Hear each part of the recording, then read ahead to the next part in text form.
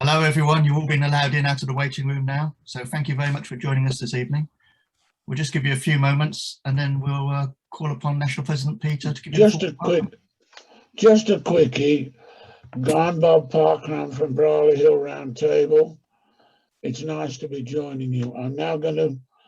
I think I'm going to put it on mute. The only trouble is I've lost the mute button.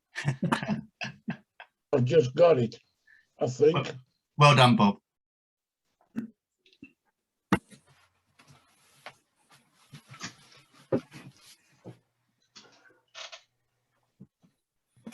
Can I say hello?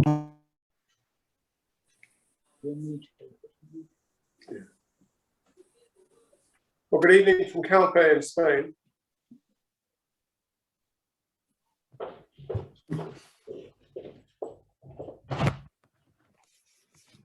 Well, good evening, one and all.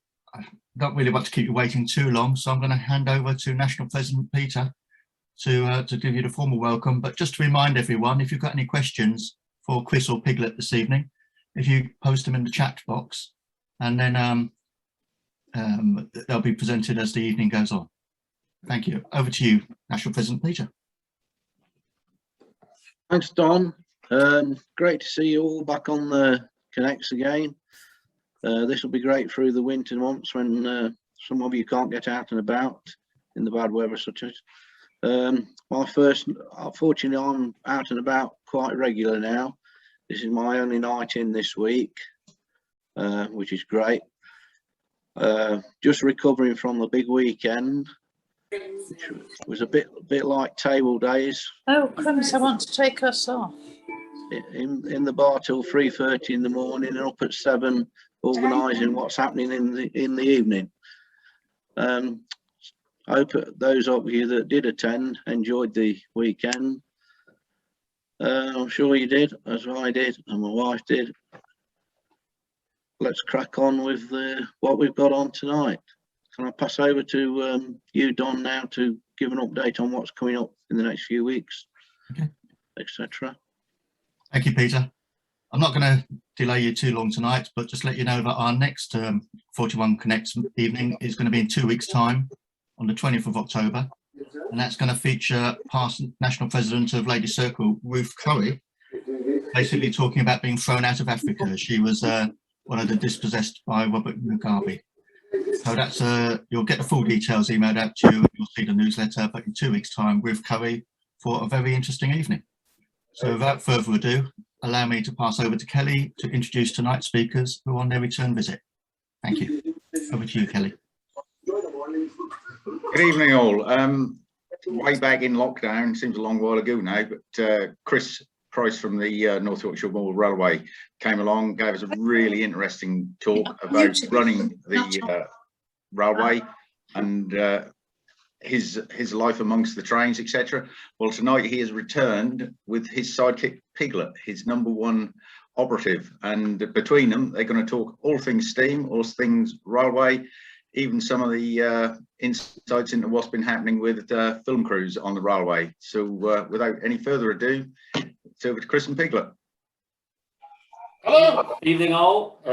Right, we've done about as much preparation for this as it's almost not possible to do. So we apologise now if we come across as very amateur.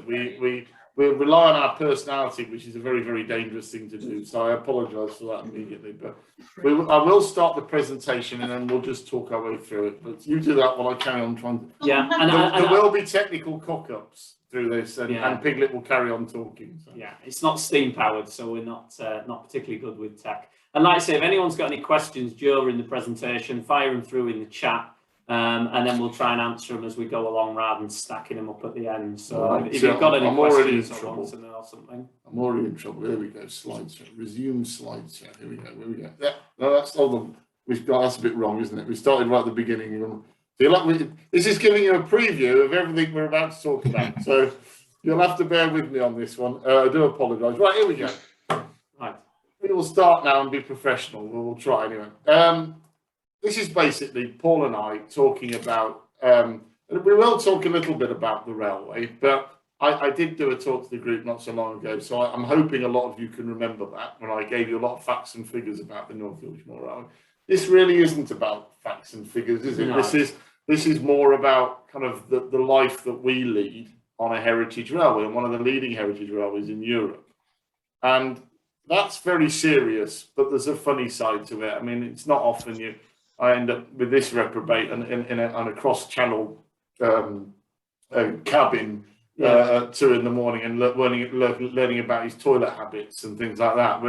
And people see him on the television and think it's wonderful Piglet, and I'm sitting there throwing rocks at the screen saying he's badly misrepresented. But we get on all right, don't we? Yeah, well, we do. Yeah. That's good. So anyway, so we'll move on. He's going to talk about himself in a minute, but I'm going to talk about myself first. I've been in the Heritage Railway movement as an employee since 1994, but this is actually my 41st year of volunteering on the Heritage movement. I started as a 15-year-old on the Tarthin Railway in Wales. I've worked at Didcot Railway Centre. And I've also, through my time, I've managed Sheffield Heritage Railways. This is the third one I've actually managed. And I spent a little time in the Air Force, for about 9 years actually in the Air Force, where I rose to the rank of corporal. And that set me well up for management, because Hitler was a corporal and he had a relatively successful career in management. So I work on the theory that set me up quite well. Others would disagree, obviously. But that's me. I've now ended up as general manager of the North Yorkshire Moors Railway. It is my honour to be the general manager. We have many people working for us. We are now one of the biggest heritage railways in Europe. Certainly one of the top two, along with the Severn Valley Railway in the UK. We're very comparable in size. There's not a lot of difference between us and the Severn Valley Railway. We are the only heritage railway to run regular passenger trains on the network in and out of Whitby. We run one of the most expensive park and rides in the world. In the fact that you can park at Whitby, park at Pickering, and we can take you to Whitby for a very, very expensive fee. But you can't experience that level of travel anywhere else on a park and ride in Great Britain. So that's me. I'll let you move on to Piglet. Yeah, well, I haven't really worked anywhere else other than the North Yorkshire Moors Railway. So I started in 1996, fresh out of school, age of 16, and I've been here ever since. Took out an engineering apprenticeship, which was how it all started, and I got the bug. And it's been a great career since, and I've never felt like I've never needed to do anything else. And a bit like Chris, that once you get the railway bug and it's your life, it's not just a job. It becomes your whole life. Not enough hours in them. There, I've got my own little steam engine railway, and it's just been a fabulous career, and I'm looking forward to the next 25 years and developing myself with the railway and moving forward. So. Yeah, I haven't been around and got experience in the RAF and different preserve railways, but to be honest, this one keeps me pretty busy. I haven't got time to do a lot else. This is a big, intense business, and operating a fleet of steam engines that was scrapped 50 years ago and keeping them running is a challenge. It really is, but it's a good challenge, and I enjoy it. And no day is ever the same. It certainly hasn't been the last 2.5 years, either. No, yeah, absolutely. The COVID has been an immense challenge. We've had to completely rethink almost the whole business model, haven't we, and how we operate. And it's just been immensely challenging. But here we are, still sat here. The railway is still running and functioning. We didn't lose a single member of staff through COVID in employment or anything. So I think we can sit here and say it was a success, but it was hard graft. It really was. I think that if anybody's watched a television programme and has kind of watched Piglet, there is a serious side to this man. Whilst he is, he is the gift of the gab on occasions, especially when there's a camera pointing at him.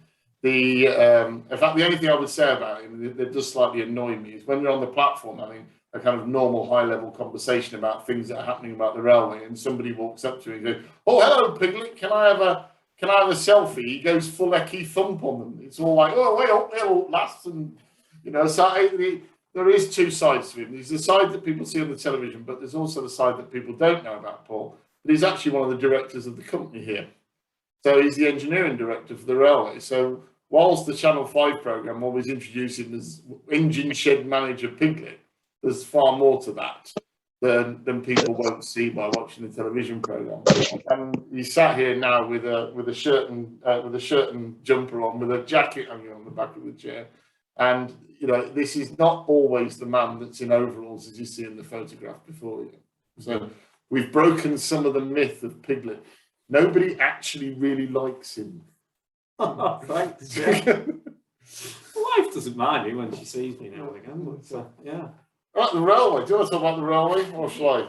I mean, if you want to sort of start about it as a whole and how it operates as a business, and then I'll maybe talk a little bit more about the technical side of the engineering side of it and how we achieve that. So the railway, quick potted history, built around 1834 by George Stephenson. Where they reckon, I think it's the 7th passenger carrying railway in Great Britain. Built between, it was the Whitby and Pickering Railway when it was opened, which funny enough, it still runs between Whitby and Pickering, which is in itself a preservation. And when it opened, it was seen as a dramatic step forward in travel because it reduced the journey time for getting fish to market in York from 24 hours to 8. So this was a major step forward, and now you can probably do it in about an hour in a car, so probably an hour and a half. So you know, it gives you some idea of what a step forward it was. It's run pretty much continuously to the present day in different guises. It was owned by the Whitby and Pickering Railway, by the North Eastern Railway, by the LNER, by the British Railways, and finally owned by the Preservation Society and then the Operating Trust. So it's been through lots of guises, but it's still fundamentally on a similar route than it was rebuilt in 1865, and has been doing plying its trade ever since. It's now pretty much entirely a tourist railway. It is run to give people the experience of travelling behind steam as it was in bygone eras. That is the only commercial value. There's no kind of, we're not carrying goods anymore. Those days are gone. But as a business, it's turning over something in the region now of just shy of £8 million a year. It's employing about 120 staff, and it is supported by 100 volunteers and 10,000 members of the trust. It has got through COVID very well. We're very lucky. We invested in fundraising, in a fundraising team that worked very hard. We managed to secure government grants. We've managed to get through by appeals. Nearly £500,000 came from our members, £2 million from government grants. We've benefited about £800,000 from the furlough scheme. And by hook or by crook, we managed to drag the railway through COVID. Although it's still with us, we think business-wise, we're mainly through it. The concern going forward is, of course, what does tomorrow bring? And as such, we've had to prepare railway running for the benefit of the public, rather than a railway running for the benefit of railway enthusiasts, which will upset a few people, but fundamentally is a shift in how we're looking at how we run the railway. I'll let Piglet talk about the technicalities. Yeah, so obviously we're running a railway still predominantly with steam engines, as it was back in the early days. In fact, it started with horse-drawn carts, but we haven't got any of them. But it's all steam engines. We do have some heritage diesels as well.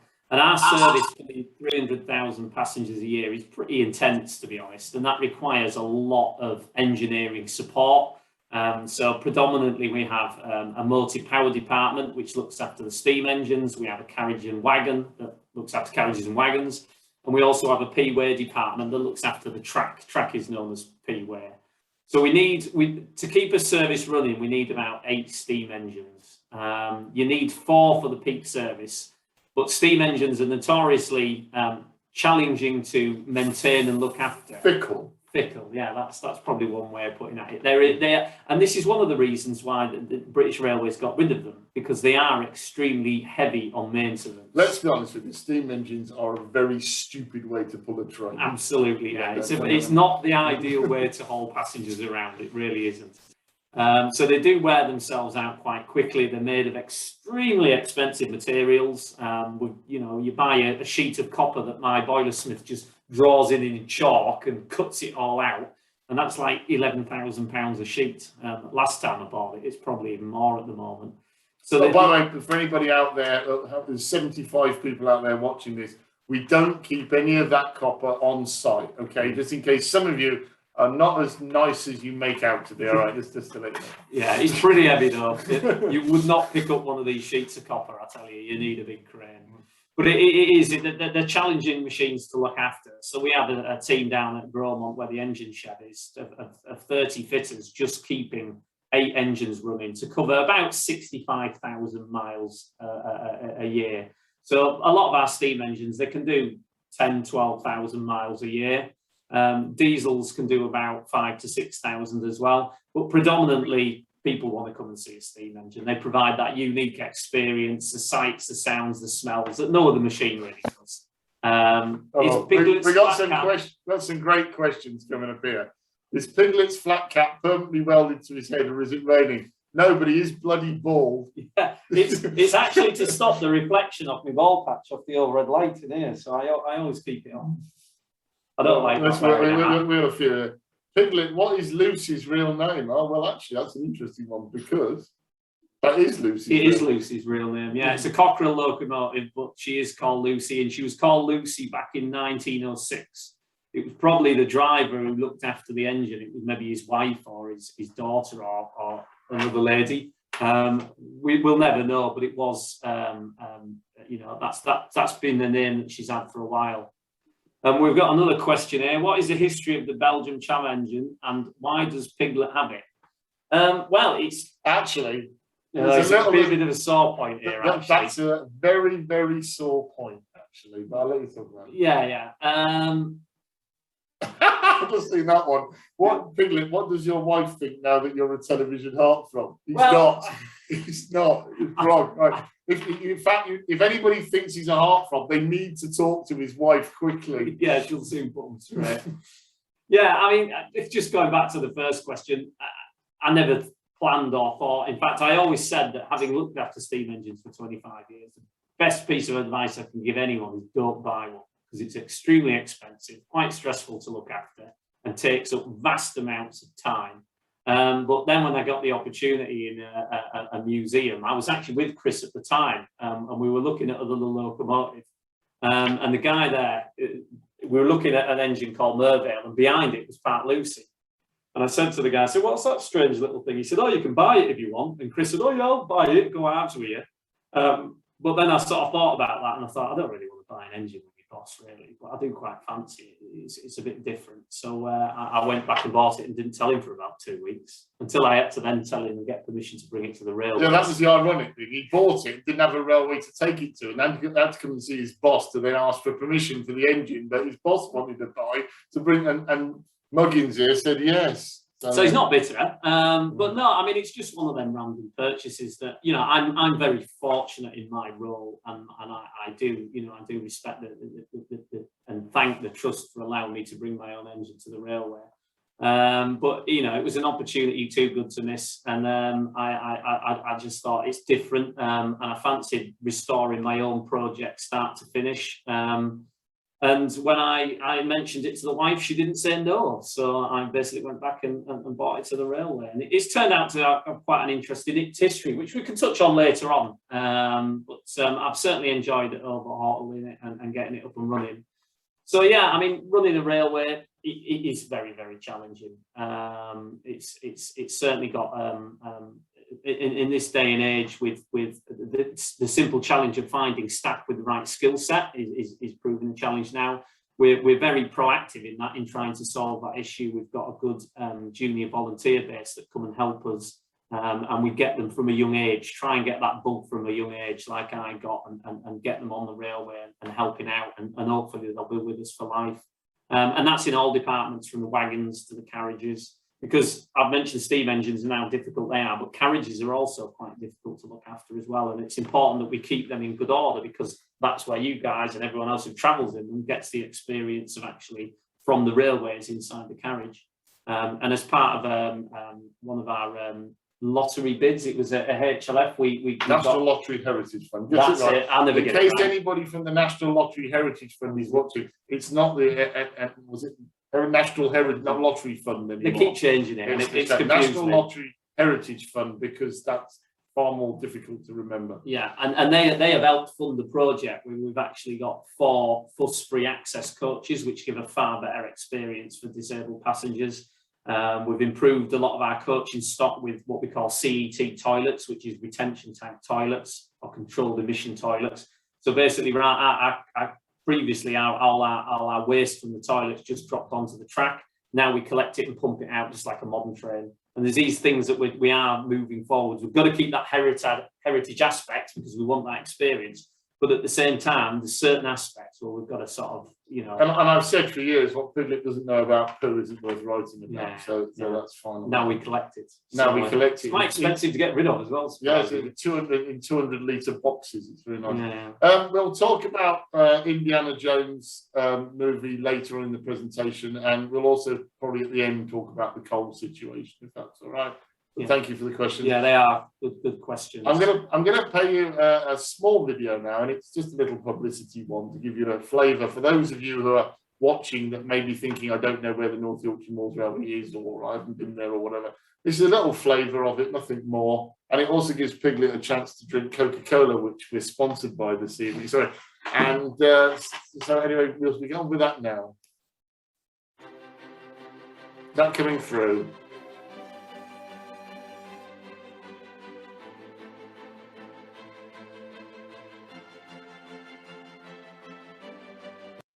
Oops, what have I done? It's your fault.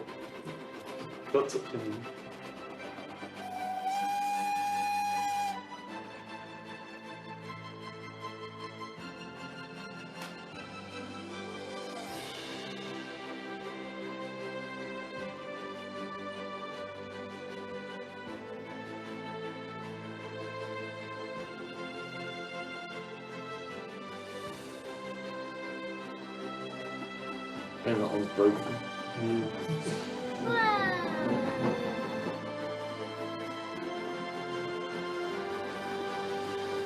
Tickets, please.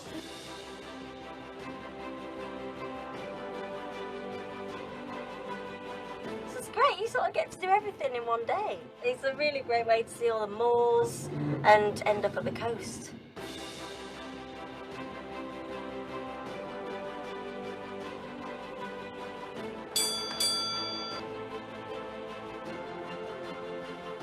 I like the whistle.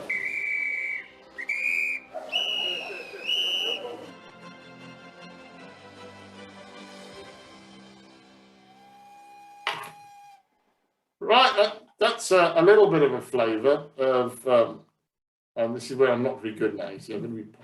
Oh, there you go. I knew that would happen. That's a little bit of flavour of what the railway is like, really. I think it gives you an idea that we're not just about running trains, it's more than that. We're also quite a thriving tourist attraction, one of the biggest tourist attractions in North Yorkshire.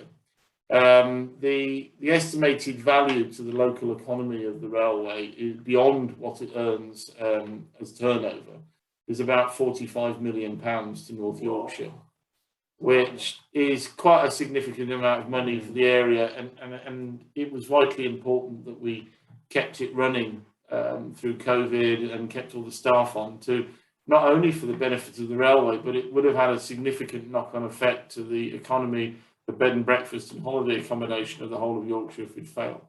So little initiatives like the opportunity to present the railway in the national media through Channel 5 was something that was presented to us in 2016.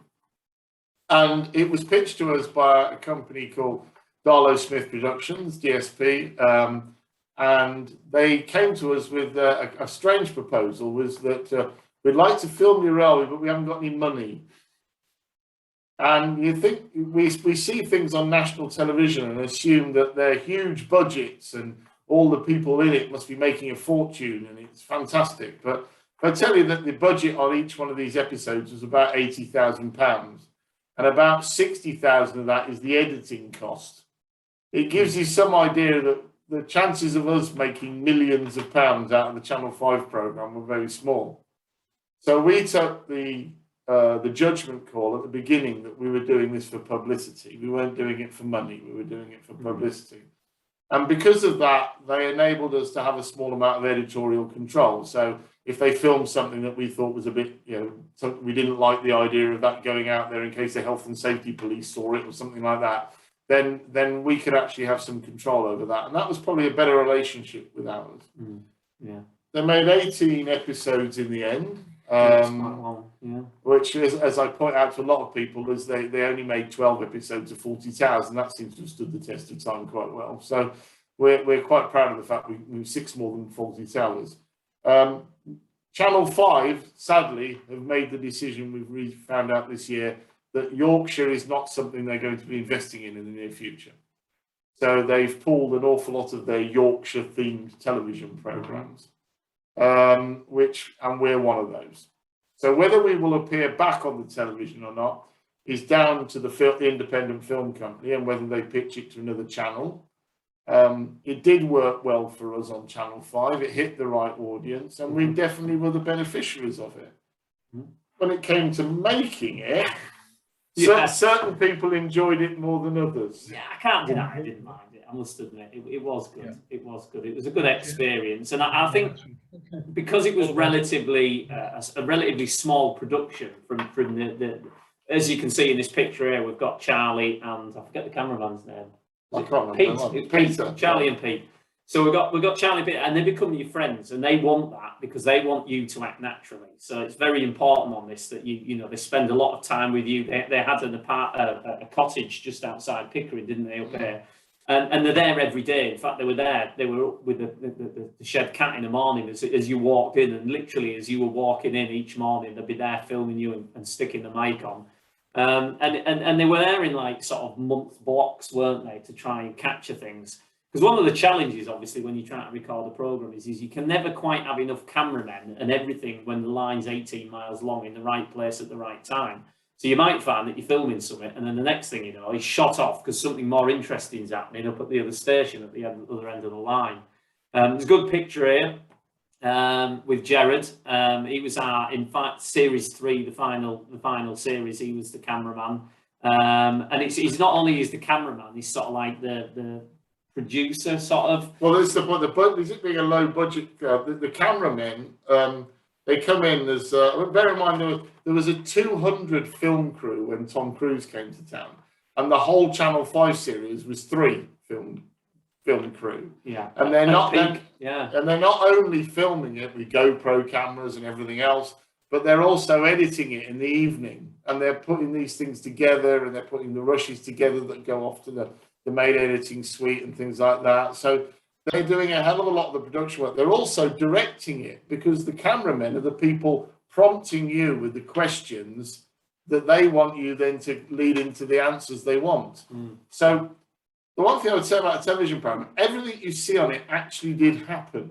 We didn't actually make up any. I'm no good at acting. I can't remember a line. No, absolutely not. If it's you take it as it comes out in your mouth, because otherwise, if you ask me to memorize something and say it again, it just doesn't come out right. I can't do it. So it was very much. But what they did in the editing was compress or expand time to make it more dramatic.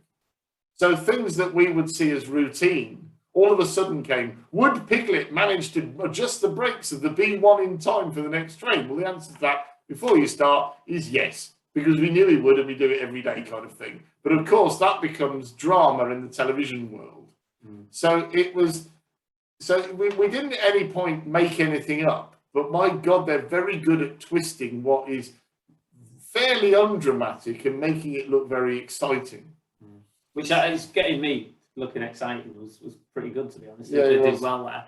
And I think one thing that highlighted, and a lot of passengers that I talked to across rail. I think what it has done is it's made people realise how difficult and challenging running a steam railway is. It's not easy looking after these engines. They were scrapped 50 years ago and taken out of a scrap heap, and we've got them running again. And it's a really, really challenging job. And I think hopefully that came across in the programme, that these things don't look after themselves, and we spend a lot of time keeping them running. So I think Chris has got a little clip here from season 2. This is just to remind people who may have forgotten what the television. Or if you haven't seen it, it is still on 5. What's 5 Live, isn't it? No, it's 5 Star, is it? 5 on demand. Oh, sorry, I started pushing. Yeah, it's on the 5 catch-up channel. All the series are on there. They're back, they're bigger and they're better. I'm not the fat controller. He is. This year, there's a new set of problems. The pressure's on to get back running again. The train that came down last night. One big fire, and that could be the end of us. You're having a laugh. Familiar faces, and some new ones too. We return to the scenic North Yorkshire moors. You don't want to miss this train. The Yorkshire Steam Railway. All aboard Friday at 8 on Channel 5. Well, that's a quick. I always do that. Now I have to apologise. There's some facts and figures here that we've just put in through. There's some of the comments that came back when it was reviewed, which is good as a business for us to see these kind of things. It gives us the feedback we need to say, is this worth it? Because whilst it was beneficial to the railway, it's very hard to see that benefit because we're a reasonably busy railway anyway. But what happened is that there was a bit of a slump in tourism pre-COVID up to 2019. And when our television programmes go out, we did not suffer that slump. So whilst we didn't see vast amounts of more people travelling on the railway, there was no two ways about it. We negated the negative effect of that tourism was having at the time, which enabled us to invest in the railway at a time when others were probably not able to do so. So it was beneficial to us. And it still is, isn't it? I mean, there's still a lot of people who've come up, and I've talked to them this year when you meet them on the platforms and on the trains, that they have come to the railway because they saw it on the telly and thought it was a nice place to come and visit, which it is, and they've had a good time. So I think we will be feeling the benefits of the programmes for quite a few years to come, yeah. Especially this day and age when you can put it on catch-up. The amount of parents and the kids come up and say, oh, they just watch it on repeat after repeat. I mean, we had a gala 2 weeks ago, and Paul and I found it very difficult, and certain other characters in the television programme found it very difficult to move around the railway because people see you in context and they get excited by it. I think I personally am not a great enjoyer of the limelight. Bring the crew back. Okay, sorry. I'm not personally a great enjoyer of the limelight. Piglet, on the other hand, absolutely laps it up. But however, I don't mind it when people recognise me in context. What I think I have a problem with is when I'm emptying my boot of my car with its recycling, and then somebody walks up to you and goes, "You're the bloke off the telly on that Channel 5 thing, aren't you?" And that's the point where you think this is slightly intrusive. And then when you're having a romantic dinner with your wife in North Devon and a bloke wanders over to you, shall we just say slightly the worse for alcohol, to introduce himself. It's those scenarios when you then look at people like Tom Cruise who come along to the railway and you think, how the hell do you live your life? And for all your money, I'm not sure I'd like it. And the limited amount that we've experienced, a very small amount of infamy rather than fame that we've experienced, is one that makes you realise that this can very quickly get out of hand. So to a certain extent, I'm a little bit more happy that it's over than you. I think you would prefer to keep going a bit. I'd do a few more. But who knows? I think we're still talking to the independent film company, so who knows where it would go. So that's that. Yeah. I'm on the wrong page. Here we go. Well, no, it was a good experience. I enjoyed it. And yeah, and then going on next, I'll do a bit of talking. And is not only have we done the Channel 5 series, and over the years the railway's done a lot of filming work. Obviously, anything that they want steam engine and that period look. We've done a lot. There's Simply Red, Holding Back the Years. They filmed on the railway back in the 90s. If you YouTube that, the actual video to that was filmed in Whitby, and it's and on the railway, the standard tank 80135s in that.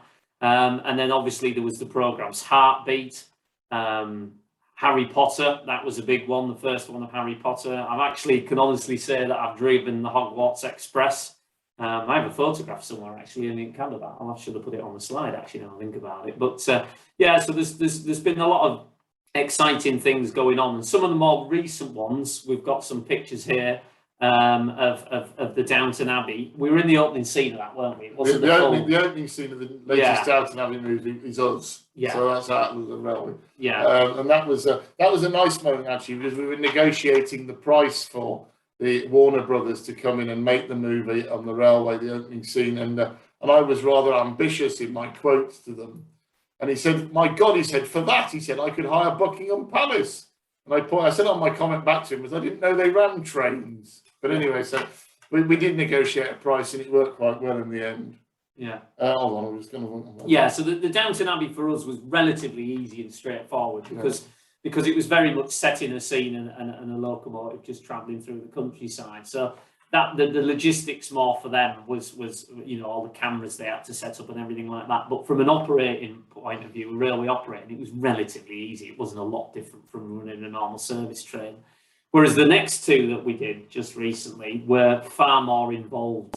Particularly the second one coming up in a minute, the Mission Impossible one. But the Indiana Jones, which we filmed earlier this year in the spring, was really pretty exciting to meet Harrison Ford. Really nice guy, and we transformed our locomotive sheds into a German military camp. I think Harrison Ford was quite honoured to meet Piglet. Yeah, he was. Yeah, he liked my engine actually. He was all right. Yeah. He's a really nice guy actually. And what was great is he was actually dressed up as Indiana Jones as well. He didn't have his whip with him, but because I wanted to borrow that on some of my team. But no, it was good, and it was nice to meet him. Very sort of gentle, easygoing kind of character. He wasn't actually in any of the shots in this. He just turned up for a bit of a look and a photo shoot outside the tunnel.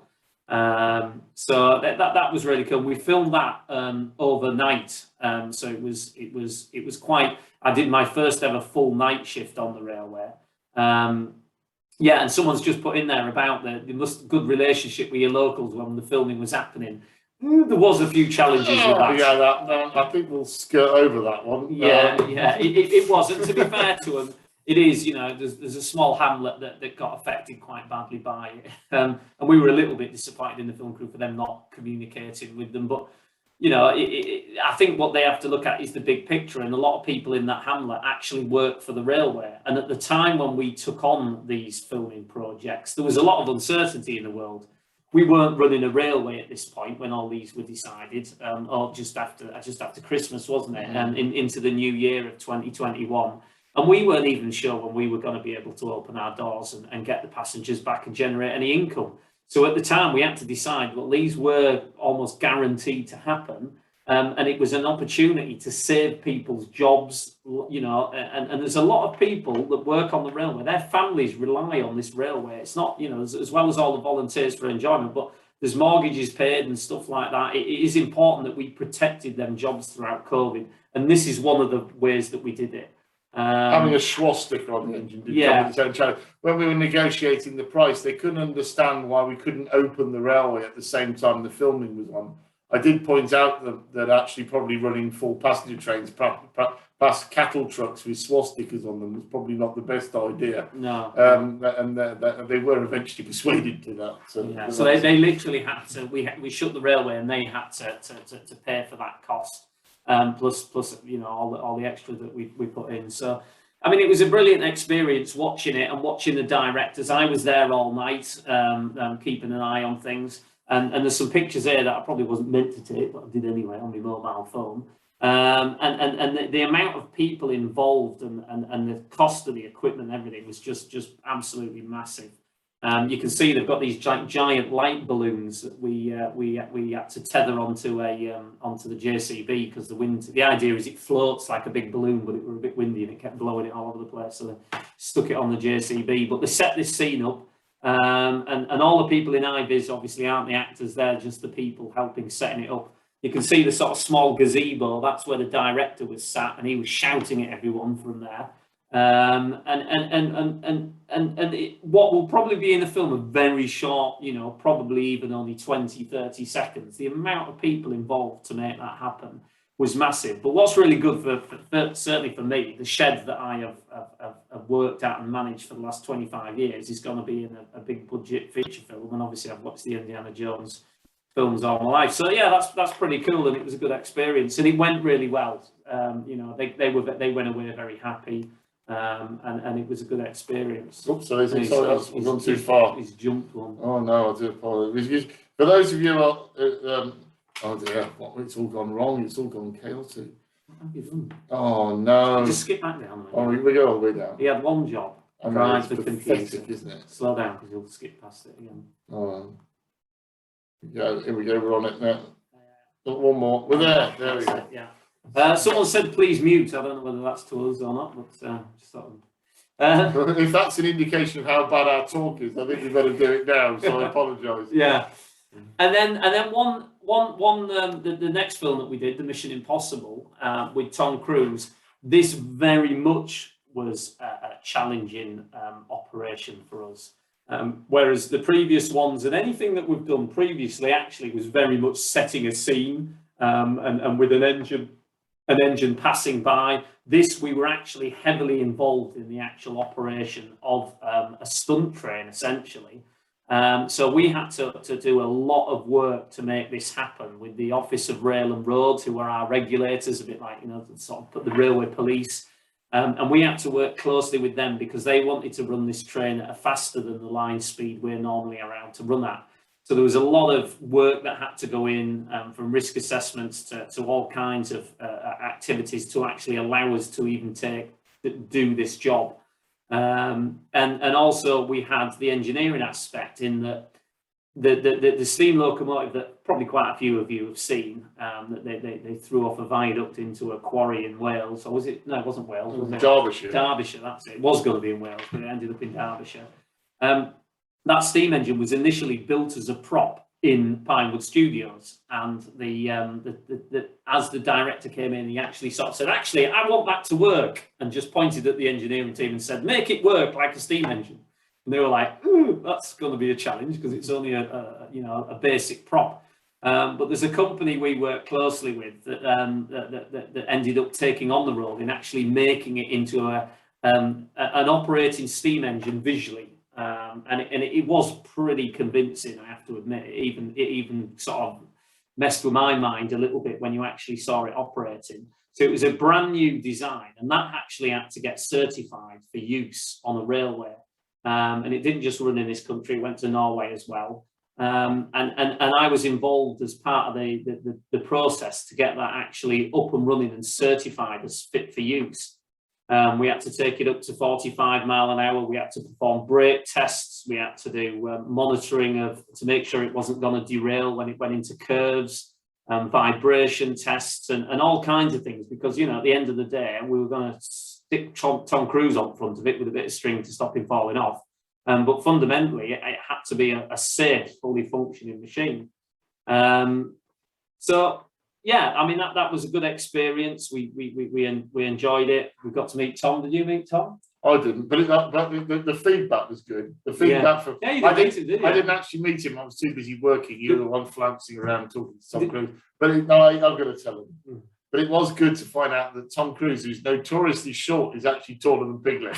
By 3/8 of an inch. So that's all it was. That was good for him. And he stood on my right hand foot as well. So. Anyway, I think we've talked too much. If I'm honest with you, we've enjoyed ourselves. I think perhaps a little bit too much. So if we've indulged ourselves, we do apologise.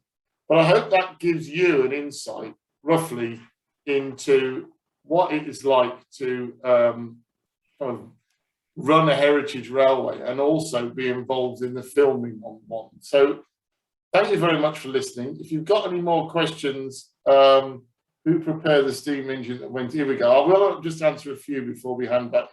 We'll work our way maybe up backwards. Yeah. Well, there's only one anyway. There's only one. Who prepared the steam engine? That was them, wasn't it? There's a company that builds the props, and they do all kinds of props for films, and they're a bit of a family sort of affair, really. Corbould, I think it was Chris Corbould and his team, and they were incredible engineers, considering that they'd never built any form of locomotive. The fact that this thing actually worked as well as it did, and it really did work well, is a credit to them, because it was quite a piece of engineering. And it should be put in mind that this was over £1 million, that locomotive, to build. Yeah. And actually then they threw it in a quarry. So it gives you some idea of the budget these companies are talking about. Just before we move on, are there any more filming projects in the pipeline? No, but there's always inquiries, but there's nothing imminent at the moment. We've been very, very busy running trains for the season. If something pops up over the winter, I dare say we'd be interested. Somebody is very, very keen for me to answer the coal question. So I'll be as quick as I can because it is a very, very complex subject. But coal is, yes, it's a challenge. No coal is now there's the last coal mine in the UK has probably got another 18 months, 2 years in it. But that's now at the last knockings of its coal. We are now almost entirely running on imported coal from Russia, and that will be going for the foreseeable future. The indications are from Russia that they will be importing into the UK for many years to come. So we're looking certainly at 10 years potentially. The biggest question to us is not whether we'll be able to get coal, because the UK is still burning 6 million tonnes of coal a year in the so we're small beer at 2,000 tonnes. You know, the concrete industry still uses coal. Of course, the steel industry still uses coal. Despite what people will tell you, there is still no other way of making coal, steel except using coal commercially. Pardon me, my curries have decided to visit.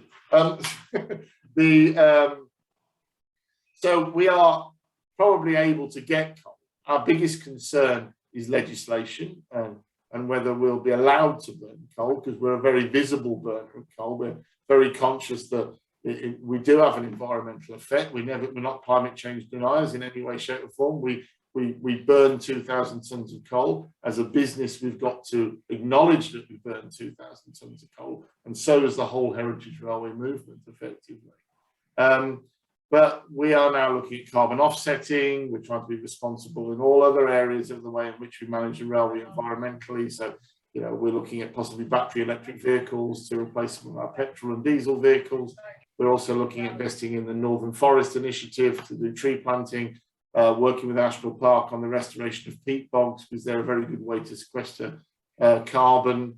So there's lots of things going on to make sure that we're responsible. Legislative-wise, I'm Vice Chair of the Heritage Railways Association. I'm very involved in the All-Party Parliamentary Group on Heritage Railways, and we're working to lobby government to make sure that the new environmental bill has amendments within it that actually allow Heritage Railways to continue to burn coal. So I'm optimistic. The other thing as well is that I'm very much closer to retirement than Piglet is, so I care less about it than he does. I've got 25 years left to go. Yeah. But fundamentally, yes, we're on it. Coal is still there. Overall, somebody's asked the question, how many tonnes a year? The Heritage Railway movement burns in total about 46,000 tonnes of coal a year.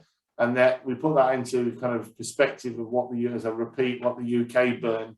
And we're currently still burning in the order of 6 million tonnes a year in the UK. Sadly, that's now all imported, which I think personally adds to the carbon footprint of the burning of coal. So, you know, what frustrates me, if I'm honest with you, is that I don't in any way, shape or form deny climate change, but I'm not sure we've got it right on how we're dealing with carbon. But that's a different question at the end. A great day out as a volunteer in Severn Valley. I'm impressed by the quality of the experience. Thoroughly recommend a visit. Well, Peter, thank you very, very much indeed. We also love the Severn Valley Railways. Yeah, absolutely. I've spent a lot of time at the Severn Valley. We have a lot of time. We deal with them quite a lot on a professional level and in other areas. And there's no competition. We don't sit there thinking we're in competition with the Severn Valley Railway. We're partners in crime. We're both working in the same sector for the same end. So thank you very much. I mean, we are based in Cornwall, which is the home of only twin track heritage rail in the country. Do you have any plans to become twin track in the near future? None whatsoever. Very, very expensive way of spending more money than we need to carry the same amount of passengers. Good luck to the Great Central Railway. We won't be competing with them on that. I think you actually have to look at the fact that we're a very different railway to the Great Central. The Great Central is very much about the experience for probably more enthusiasts and recreating an experience that, you know, we're not going to be able to do that. We're much more of a tourist railway, aren't we? Your day trippers and your day out.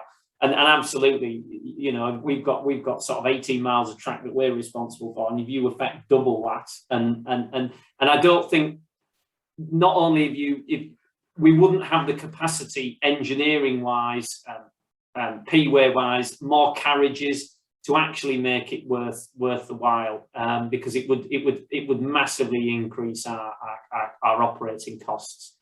So no, what works for one doesn't necessarily work for everyone. They're a different railway with a different business model, and good luck to them. But that's not for us. Thank you very much. We're very happy doing what we do.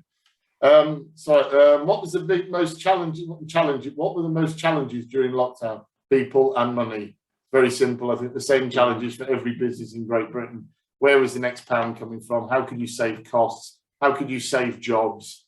From a heritage railway sector, we were very, very worried about losing jobs, because if we had to kind of replace those jobs, where were the skills coming from? Absolutely. I mean, my team, I mean, there's so many skills that have taken years and years to pass on to other people, and the thought of losing that skill set was scary. It's such an important thing. We keep that moving forward. We're just taking apprentices on, and all these opportunities, and then suddenly we couldn't run, and we didn't know when we were going to. And I think that's exactly why we took on the filming jobs and stuff like that, because they were a means to an end.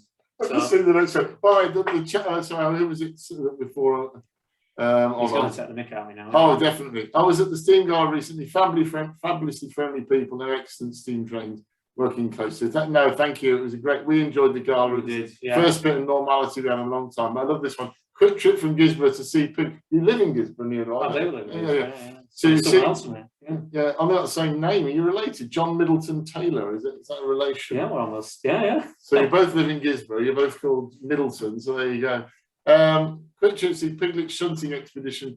Exposition at Levisham and the Steam Guard. He's a good talker, isn't he? Oh yes. Oh indeed, yes he is. Great to see the young kids enjoying the whole event from the breakdown. Brilliant. Thank you very much. And it's about getting them at a young age and getting them enthusiastic. So that's why events like that and getting them involved is incredibly important. The next one is: do you get any help from government coffers?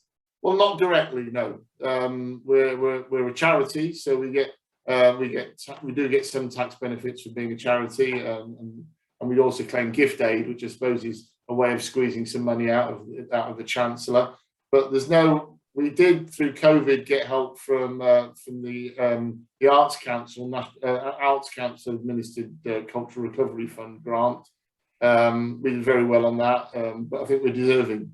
I don't apologise for going for that money. At the end of the day, the North Yorkshire Moors Railway is here, and we should be pleased with that. So we don't get what you'd call handouts from government coffers, but we do work to find funding that's available wherever it may be. I think that's it now. I think we've beaten the bottom of the questions. So I don't know if there is one question. There is one question which came in very early on from Ian and Lisa. What is Piglet's favourite engine? Well, that's easy, my own now. But yeah, Repton was always my favourite engine because it was the first one I ever worked on and rode on. It's a schools class. It was in the presentation actually, a green engine. And I was always fond of that one because I remember on my 17th birthday, that was the one I went for a ride out on the footplate, my first experience. Came to Pickering, the crew bought me a Danish pastry for my birthday, which was quite nice. And yeah, I've always had a sort of fondness for that. But obviously now I've got my own steam engine. Well, obviously that's going to be my favourite. Yeah.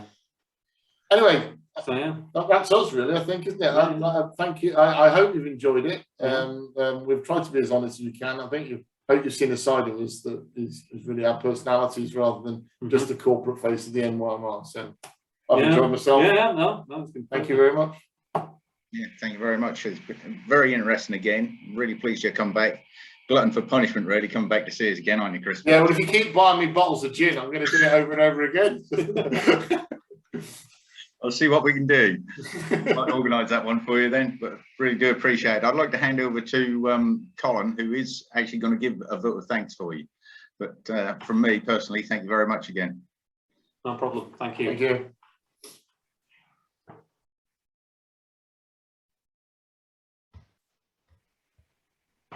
Oh, it's all gone wrong. It's all gone pear-shaped. I understand it's me giving the vote of thanks. Oh, sorry, Hugh. That's you now. That will change. Sorry. Yeah, no problem. No problem.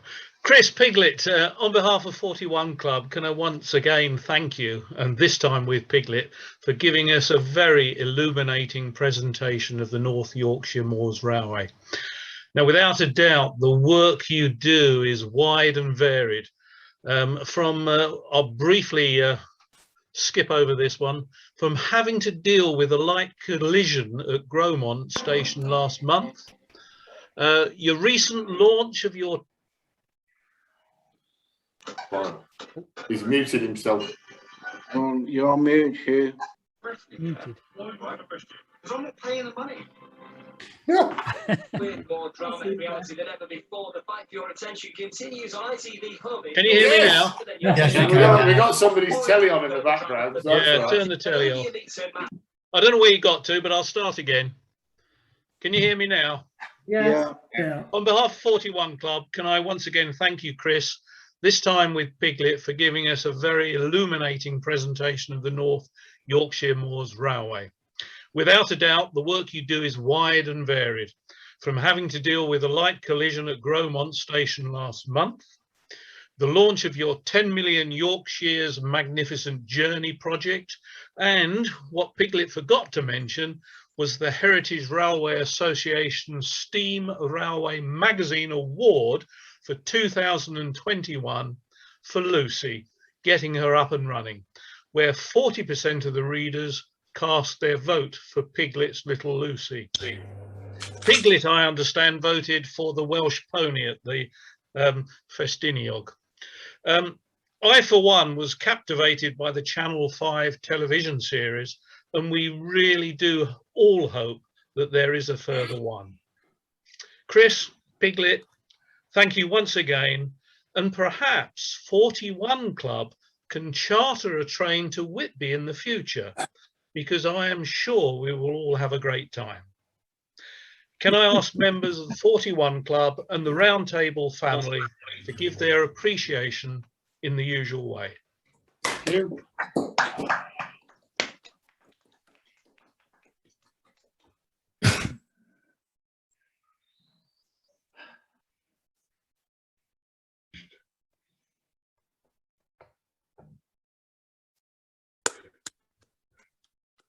Did. And it's all gone quiet. Everybody's stunned into silence. Sorry, Hugh, that was me. I muted you by mistake. Sorry. Oh, yeah, I thought someone else was making a noise and I clicked on you by mistake. Apologies there. I'm used to it. Thank you very much, everyone, for your attention this evening, and thanks once again for an absolutely fantastic talk. Once more, thank you, guys. Yeah, that was amazing. Yeah, thanks, guys. Thanks. Very good. Excellent. Very entertaining.